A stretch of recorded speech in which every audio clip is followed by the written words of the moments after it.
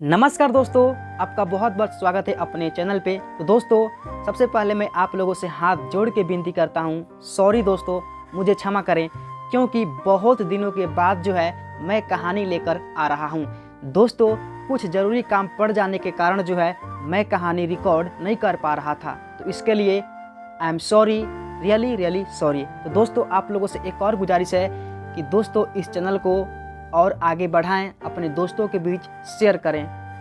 तो दोस्तों, आज से हम सुनने वाले हैं मुंशी प्रेमचंद की कहानियाँ। जी हाँ दोस्तों, आपने सही सुना, मुंशी प्रेमचंद की कहानियाँ।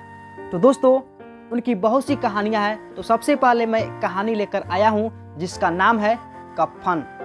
तो दोस्तों आइए शुरू करते हैं। झोपड़े के द्वार पर बाप और बेटा दोनों एक बुझे हुए अलाव के सामने चुपचाप बैठे हुए हैं और अंदर बेटे की जवान बीवी बुधिया प्रसव वेदना में पछाड़ खा रही थी। रह रह कर उसके मुंह से ऐसी दिल हिला देने वाली आवाज निकलती थी कि दोनों कलेजा थाम लेते थे।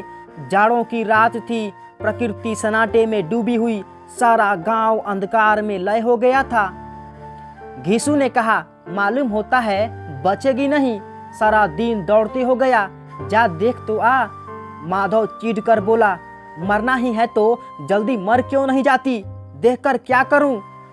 तू बड़ा बेदर्द है बे, साल भर जिसके साथ सुख चैन से रहा उसी के साथ इतनी बेवफाई।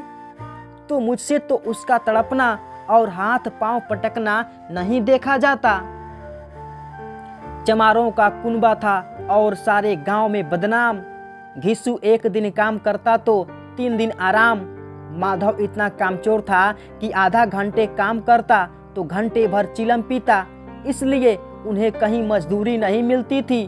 घर में मुट्ठी भर भी अनाज मौजूद हो तो उनके लिए काम करने की कसम थी।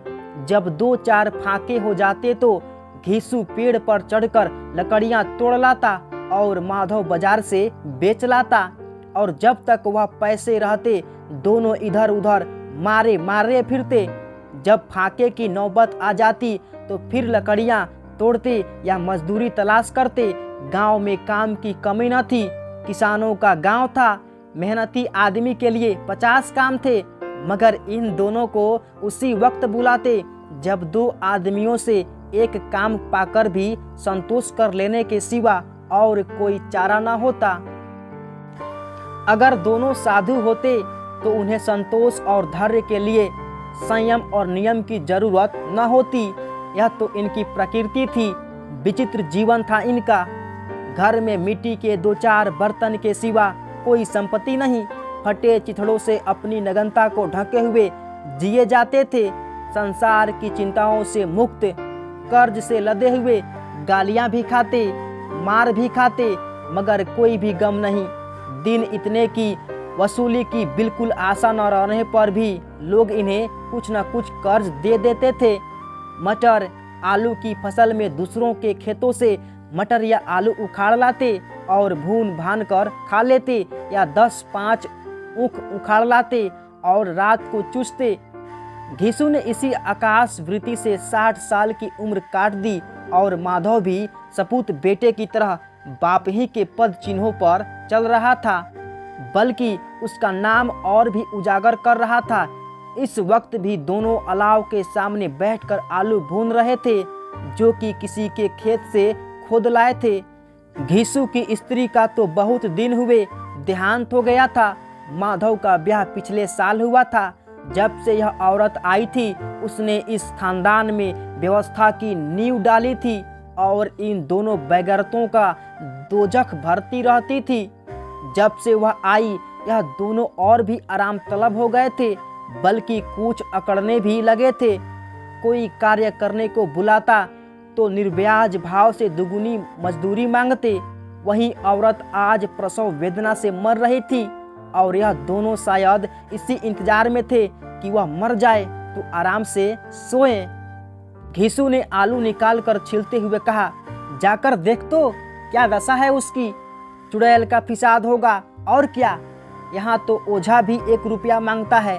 माधव को भय था कि वह कोठरी में गया तो घिसू आलूओं का बड़ा भाग साफ कर देगा। बोला, मुझे वहाँ जाते डर लगता है। डर किस बात का है? मैं तो यहाँ हूँ ही, तो तुम ही जाकर देखो ना। मेरी औरत जब मर रही थी तो मैं 3 दिन तक उसके पास से हिला तक नहीं, और मुझसे लजाएगी कि नहीं? जिसका कभी मुंह नहीं देखा, आज उसका उगड़ा हुआ बदन देखूं, उसे तन की सुध भी तो न होगी। मुझे देख लेगी तो खुलकर हाथ पांव भी न पटक सकेगी। मैं सोचता हूँ कोई बाल बच्चा हुआ तो क्या होगा? सोंठ, गुड़, तेल कुछ भी तो नहीं है घर में, सब कुछ आ जाएगा। भगवान दे तो। जो लोग अभी पैसा नहीं दे रहे हैं वे ही कल बुलाकर रुपए देंगे। मेरे 9 लड़के हुए, घर में कभी कुछ न था, मगर भगवान ने किसी न किसी तरह बेड़ा पार ही लगाया। जिस समाज में रात दिन मेहनत करने वालों की हालत उनकी हालत से कुछ बहुत अच्छी न थी, और किसानों के मुकाबले में वे लोग जो किसानों की दुर्बलताओं से लाभ उठाना जानते थे कहीं ज़्यादा संपन्न थे, वहाँ इस तरह की मनोवृत्ति पैदा हो जाना कोई अचरज की बात न थी। हम तो यही कहेंगे, घिसू किसानों से कहीं ज़्यादा विचारवान था, और किसानों के विचार शून्य समूह में शामिल होने के बदले बैठक बाजों की कुत्सित मंडली में जा मिला था। हाँ, उसमें यह शक्ति न थी कि बैठक बाजों के नियम और नीति का पालन करता, इसलिए जहाँ उसकी मंडली के और लोग गांव के सरगना और मुखिया बने हुए थे, उस पर सारा गांव उंगली उठाता था। फिर भी उसे यह तस्कीन तो थी ही कि अगर वह फटे हाल है तो कम से कम उसे किसानों किसी जी तोड़ मेहनत तो नहीं करनी पड़ती, और उसकी सरलता और निरीहता से दूसरे लोग बेजा फायदा तो नहीं उठाते। दोनों आलू निकाल निकाल कर जलते जलते खाने लगे। कल से कुछ नहीं खाया था, इतना सब्र न था कि उन्हें ठंडा हो जाने दें। कई बार दोनों की जबानें जल गईं। छील जाने पर आलू का बाहरी हिस्सा बहुत ज़्यादा गर्म मालूम न होता था, लेकिन दांतों के तले पड़ते ही अंदर का हिस्सा जबान, हलक और तालू को जला देता था, और उस अंगारे को मुंह में रखने से ज़्यादा खैरियत इसी में थी कि वह अंदर पहुंच जाए। वहां उसे ठंडा करने के लिए काफ़ी सामान थे, इसलिए दोनों जल्द जल्द निगल जाते। हालांकि इस कोशिश में उनकी आंखों से आंसू निकल आते। घीसू को उस वक्त ठाकुर की बारात याद आई जिसमें 20 साल पहले वह गया था। उस दावत में उसे जो तृप्ति मिली थी वह उसके जीवन में एक याद रखने लायक बात थी, और आज भी उसकी याद ताज़ा थी। बोला, वह भोज नहीं भूलता। तब से फिर उस तरह का खाना और भरपेट नहीं मिला। लकड़ी वालों ने सबको भरपेट पूड़ियाँ खिलाई थी। सबको, छोटे बड़े सबने पूड़ियाँ खाई, और असली घी की चटनी, रायता, 3 तरह के सूखे साग, एक रसेदार तरकारी, दही, चटनी, रायता। अब क्या बताऊं कि उस भोज में क्या स्वाद मिला। कोई रोक टोक नहीं थी, जो चीज़ चाहो मांगो, जितना चाहो खाओ। लोगों ने ऐसा खाया कि किसी से पानी न पिया गया, मगर परोसने वाले हैं कि पतल में गर्म गर्म गोल गोल सुवासित कचौड़ियाँ डाल देते हैं। मना करते हैं कि नहीं चाहिए, पतल पर हाथ से रोके हुए हैं, मगर वह है कि दिए जाते हैं। और जब सबने मुंह धो लिया तो पान इलायची भी मिली, मगर मुझे पान लेने की कहाँ सुध थी। खड़ा हुआ न जाता था, चटपट जाकर अपने कंबल पर लेट गया। ऐसा दिल दरियाव था वह ठाकुर।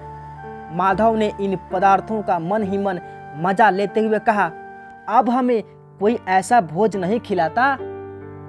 अब कोई क्या खिलाएगा? वह जमाना दूसरा था। अब तो सबको किफायती सूझती है। शादी ब्याह में मत खर्च करो, क्रियाकर्म में मत खर्च करो। पूछो, गरीबों का माल बटोर बटोर कर कहाँ रखोगे? बटोरने में तो कमी नहीं है, हाँ खर्च में किफायती सूझती है। तुमने एक 20 पूरियां खाई होंगी, 20 से ज़्यादा खाई थी। मैं 50 खा जाता, 50 से कम मैंने न खाई होंगी। अच्छा पट्ठा था, तू तो मेरा आधा भी नहीं है। आलू खाकर दोनों ने पानी पिया और वहीं अलाव के सामने अपनी धोतियां ओढ़कर पांव पेट में डाले सो रहे, जैसे दो बड़े बड़े अजगर गेंडुलिया मार पड़े हों और बुधिया अभी तक कराह रही थी। सवेरे माधव ने कोठरी में जाकर देखा तो उसकी स्त्री ठंडी हो गई थी। उसके मुंह पर मक्खियां भिनक रही थी, पथराई हुई आंखें ऊपर टंगी हुई थी, सारी देह धूल से लथपथ हो रही थी। उसके पेट में बच्चा मर गया था। माधव भागा हुआ घिसू के पास आया, फिर दोनों जोर जोर से हाय हाय करने लगे और छाती पीटने लगे। पड़ोस वालों ने यह रोना धोना सुना तो दौड़े हुए आए और पुरानी मर्यादा के अनुसार इन अभागों को समझाने लगे, मगर ज्यादा रोने पीटने का अवसर न था। कफन और लकड़ी की फिक्र करनी थी, पर घर में तो पैसा इस तरह गायब था कि जैसे चील के घोंसले में मांस। बाप बेटे रोते हुए गांव के जमींदार के पास गए। वह इन दोनों की सूरत से नफरत करते थे। कई बार इन्हें अपने हाथों पीट चुके थे। चोरी करने के लिए, वादे पर काम पर न आने के लिए। पूछा, क्या है बे घिसुआ? पूछा, क्या है बे घिसुआ? रोता क्यों है? अब तो तू कहीं दिखाई भी नहीं देता। मालूम होता है इस गांव में रहना नहीं चाहता। घिसू ने जमीन पर सिर रखकर आंखों में आंसू भरे हुए कहा, सरकार, बड़ी विपत्ति में हूँ। माधव की घरवाली रात को गुजर गई, रात भर तड़पती रही। सरकार, हम दोनों उसके सिरहाने बैठे रहे, दवा दारू जो कुछ हो सका सब कुछ किया। मुद्दा वह हमें दगा दे गई। अब कोई एक रोटी देने वाला भी न रहा। मालिक, तबाह हो गए, घर उजड़ गया। आपका गुलाम हूँ, अब आपके सिवा कौन? उसकी मिट्टी उठेगी, आपके सिवा किसके द्वार पर जाऊं? जमींदार साहब दयालु थे, मगर घिसू पर दया करना काले कंबल पर रंग चढ़ाना था। जी में तो आया, कह दें चल दूर हो यहाँ से, यूं तो बुलाने से भी नहीं आता। आज जब गरज पड़ी तो आकर खुशामद कर रहा है। हरामखोर कहीं का, बदमाश। लेकिन यह क्रोध या दंड का अवसर न था। जी में कुटते हुए 2 रुपए निकाल कर फेंक दिए, मगर संतावना का एक शब्द भी मुंह से न निकाला। उसकी तरफ ताका भी नहीं, जैसे सिर का बोझ उतारा हो। जब जमींदार साहब ने 2 रुपए दिए तो गांव के बनिए महाजनों को इनकार का साहस कैसे होता। घिसू जमींदार के नाम का ढिंडोरा भी पीटना खूब जानता था। किसी ने 2 आने दिए, किसी ने 4 आने। 1 घंटे में घिसू के पास 5 रुपए की अच्छी रकम जमा हो गई। कहीं से अनाज मिल गया, कहीं से लकड़ी, और दोपहर को घिसू और माधव बाजार से कफन लाने चले। इधर लोग बांस काटने लगे। गांव की नरम दिल स्त्रियां आ आकर लाश को देखती थीं और उसकी बेकसी पर 2 बूंद आंसू गिराकर चली जाती थी। कैसा बुरा रिवाज है कि जिसे जीते जी तन ढांकने को चिथड़ा भी न मिले, उसे मरने पर कफन चाहिए। कफन लाश के साथ जल ही तो जाता है, और क्या रखा रहता है। यहीं 5 रुपए पहले मिलते तो कुछ दवा दारू कर लेते। दोनों एक दूसरे के मन की बात टाल रहे थे। बाजार में इधर उधर घूमते रहे। कभी इस बजाज की दुकान पर गए, कभी उसकी दुकान पर। तरह तरह के कपड़े, रेशमी और सूती देखे, मगर कुछ जचा नहीं। यहाँ तक कि शाम हो गई, तब दोनों ने जाने किस दैवी प्रेरणा से एक मधुशाला के सामने जा पहुँचे और जैसे किसी पूर्व निश्चित योजना से अंदर चले गए। वहाँ जरा देर तक दोनों असमंजस में खड़े रहे। फिर घिसू ने गद्दी के सामने जाकर कहा, साहू जी, 1 बोतल हमें भी देना। इसके बाद कुछ चिखौना आया, तली हुई मछलियाँ आई और दोनों बरामदे में बैठकर शांतिपूर्वक पीने लगे। कई कुजियाँ तबा तोड़ पीने के बाद दोनों सरूर में आ गए। घिसू बोला, कफन लगाने से क्या मिलता है? आखिर जल ही तो जाता है, कुछ बहू के साथ तो न जाता। माधव आसमान की तरफ देखकर बोला, मानो देवताओं को अपनी निष्पापता का साक्षी बना रहा हो। दुनिया का दस्तूर है, नहीं लोग बामनों को हजारों रुपए क्यों दे देते हैं? कौन देखता है परलोक में मिलता है या नहीं? बड़े आदमियों के पास धन है, चाहे फूके, हमारे पास फूकने को क्या है? लेकिन लोगों को जवाब क्या दोगे? लोग पूछेंगे नहीं कफन कहाँ है? घीसू हंसा, अबे कह देंगे कि रुपए कमर से खिसक गए, बहुत ढूंढा मिले नहीं। लोगों को विश्वास तो न आएगा, लेकिन फिर वही रुपए देंगे। माधव भी हंसा, इस अनपेक्षित सौभाग्य पर बोला, बड़ी अच्छी थी बेचारी, मरी तो भी खूब खिला पिला कर, अभी बोतल से ज्यादा उड़ गई। घीसू ने 2 सेर पूरियां मंगाई, चटनी अचार कलेजियां। शराब खाने के सामने ही दुकान थी। माधव लपक कर 2 पतलों में सारा सामान ले आया। पूरा 1.5 रुपया और खर्च हो गया। सिर्फ थोड़े से पैसे बचे रहे। दोनों इस वक्त शान से बैठे हुए पूरियां खा रहे थे, जैसे जंगल में कोई शेर अपना शिकार उड़ा रहा हो। न जवाबदेही का खौफ था, न बदनामी की फिक्र। इन भावनाओं को उन्होंने बहुत पहले ही जीत लिया था। घीसू दार्शनिक भाव से बोला, हमारी आत्मा प्रसन्न हो रही है तो क्या उसे पुण्य न होगा? माधव ने श्रद्धा से सिर झुकाकर तस्दीक की, जरूर से जरूर होगा। भगवान तुम अंतर्यामी हो, उसे बैकुंठ ले जाना। हम दोनों हृदय से आशीर्वाद दे रहे हैं। आज जो भोजन मिला वह कभी उम्र भर न मिला था। एक क्षण के बाद माधव के मन में एक शंका जागी। बोला, क्यों दादा, हम लोग भी तो एक न एक दिन वहां जाएंगे ही। घीसू ने इस भोले भाले सवाल का कुछ उत्तर न दिया।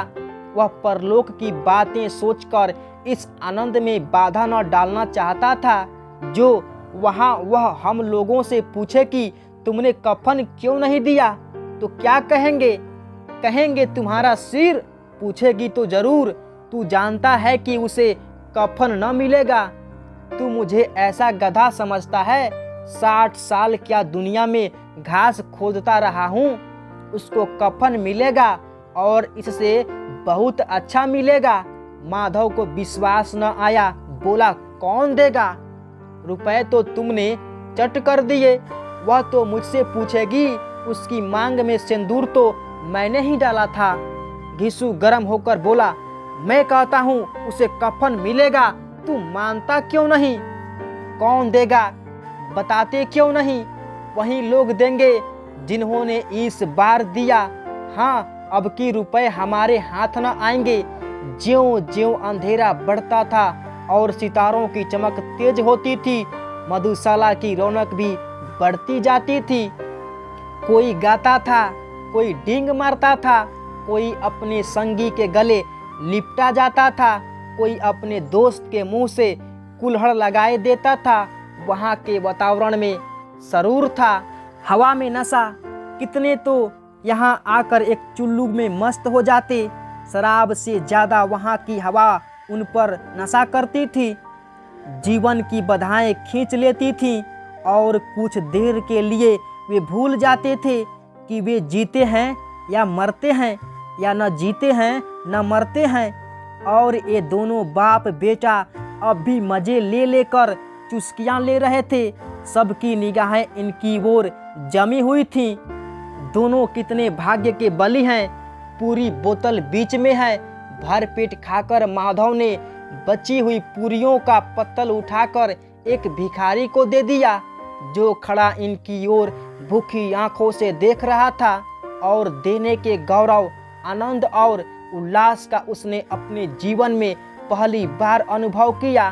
घीसू ने कहा, ले जा, खूब खा और आशीर्वाद दे।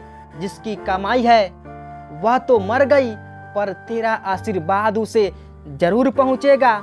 रोए रोए से आशीर्वाद दे, बड़ी गाढ़ी कमाई के पैसे हैं। माधव ने फिर आसमान की तरफ देखकर कहा, वह बैकुंठ में जाएगी दादा, वह बैकुंठ की रानी बनेगी। घीसू खड़ा हो गया और जैसे उल्लास की लहरों में तैरता हुआ बोला, हाँ बेटा, बैकुंठ में जाएगी, किसी को सताया नहीं, किसी को दबाया नहीं। मरते मरते हमारी जिंदगी को सबसे बड़ी लालसा पूरी कर गई।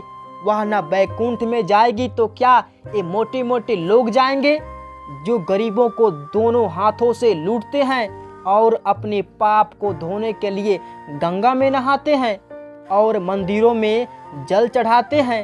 श्रद्धालुता का यह रंग तुरंत ही बदल गया। अस्थिरता नशे की खासियत है। दुख और निराश का दौरा हुआ। माधव बोला, मगर दादा, बेचारी ने जिंदगी में बड़ा दुख भोगा, कितना दुख झेलकर मरी। वह आंखों पर हाथ रखकर रोने लगा, चीखे मार मार कर। घीसू ने समझाया, क्यों रोता है बेटा? खुश हो कि वह माया जाल से मुक्त हो गई, जंजाल से छूट गई। बड़ी भाग्यवान थी जो इतनी जल्द माया मोह के बंधन तोड़ दिए। और दोनों खड़े होकर गाने लगे, ठिगनी क्यों नैना झमकावे ठिगनी। फिर दोनों नाचने लगे, उछले भी, कूदे भी, गिरे भी, मटके भी, भाव भी बनाए, अभिनय भी किए और आखिर नशे से बदमस्त होकर वहीं गिर पड़े।